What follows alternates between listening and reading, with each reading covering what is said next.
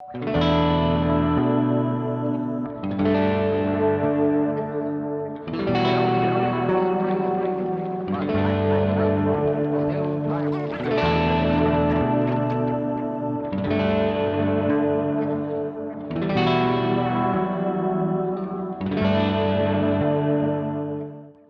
of the most interesting things about Riverdale is it's, when it first came on the air, everyone was like, okay, it's a teen show. But it's so much more than a teen show because it's now this great ensemble where the adult parent characters are just as popular as the core four characters.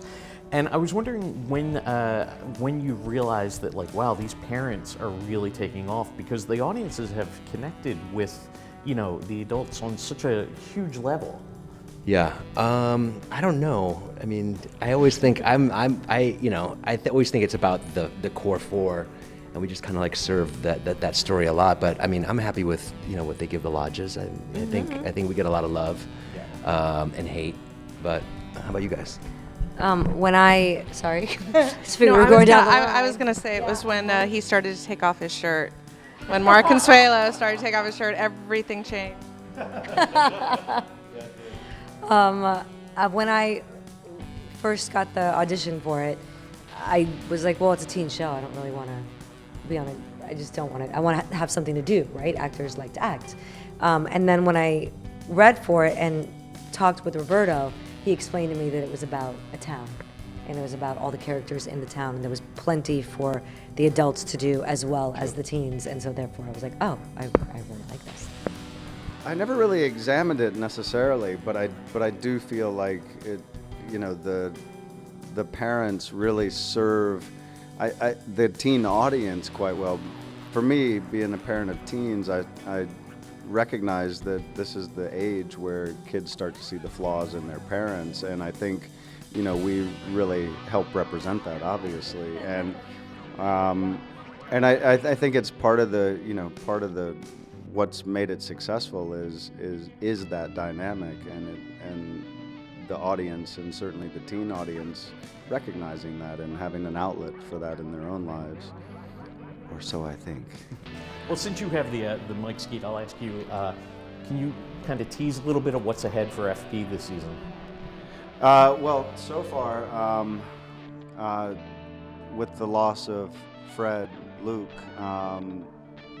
there's quite a bit of leaning towards helping Archie and facilitating what he needs, which includes both sides of FP, the law-abiding side and the non-law-abiding side. So that's certainly been a bit of the beginning of it, and Jughead starts to peel away at who Forsyth Pendleton the First is, and that's a bone of contention, certainly with FP wanting to negate that side of his life. Going forward, I suspect, and we're starting to sense a little bit of it, that there's some serpents in the future.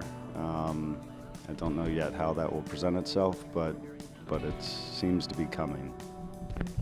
And how much going into this fourth season do you know about Mary? She's such a cipher of a character, and we're just really getting to meet her. Where would you like to see the character go? I'm really looking forward to seeing what Roberta comes up with, because, I never would have imagined that half the storylines. I don't even know where they come up with these ideas. So I'm really hoping that we get to find out a little bit more about what she's been doing while she's away, or what made her make the choice to leave her son when he was 15 years old, because that's a pretty big choice for a mother, and especially somebody who's supposed to be a good mother. It's a little bit complicated, and I think that's when Riverdale gets really good, is when it's not, everything is not what it appears to be. Are the Lodges the worst parents on television right now? I think it's between you and Succession. Yeah. Oh yeah, True, that's yeah. a great comparison. He's, Jeez, yeah. I think he's the worst. Yeah, he has to be the worst. No, we're pretty bad. Yeah. We're pretty bad. And what Skeet said earlier, there was a point in time, I remember it, like, thinking about that moment when you realize your parents have flaws. and it's kind of a sad moment, you know. It's heartbreaking. It's heartbreaking. Like, oh, wait a minute. And so I think that that the lodges absolutely fall in and fill that category, and for all those who are watching. But it is a little heartbreaking with with Veronica, and she. I know It kills me. It kills me too. Kills me. But And I don't know if Hermione has decided if she's good or bad. I think No, she she's bad. flip-flops back and forth. No, depending on the company that she keeps. I would say that you're pretty evil. So there's a real complexity to Hiram, and I'm wondering, will we see the redemption of him? Because this is a town where, comparatively, the crimes of Hiram are nowhere nearly as bad as the Black Hood or Penelope. So, Yeah.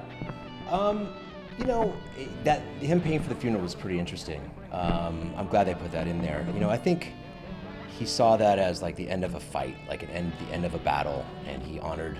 I think he had a lot of respect for Fred, and so he wanted to do the right thing. Like two fighters, they usually shake hands at the end, and so since he couldn't do that, then he was going to do the honorable thing. I like how they try to redeem.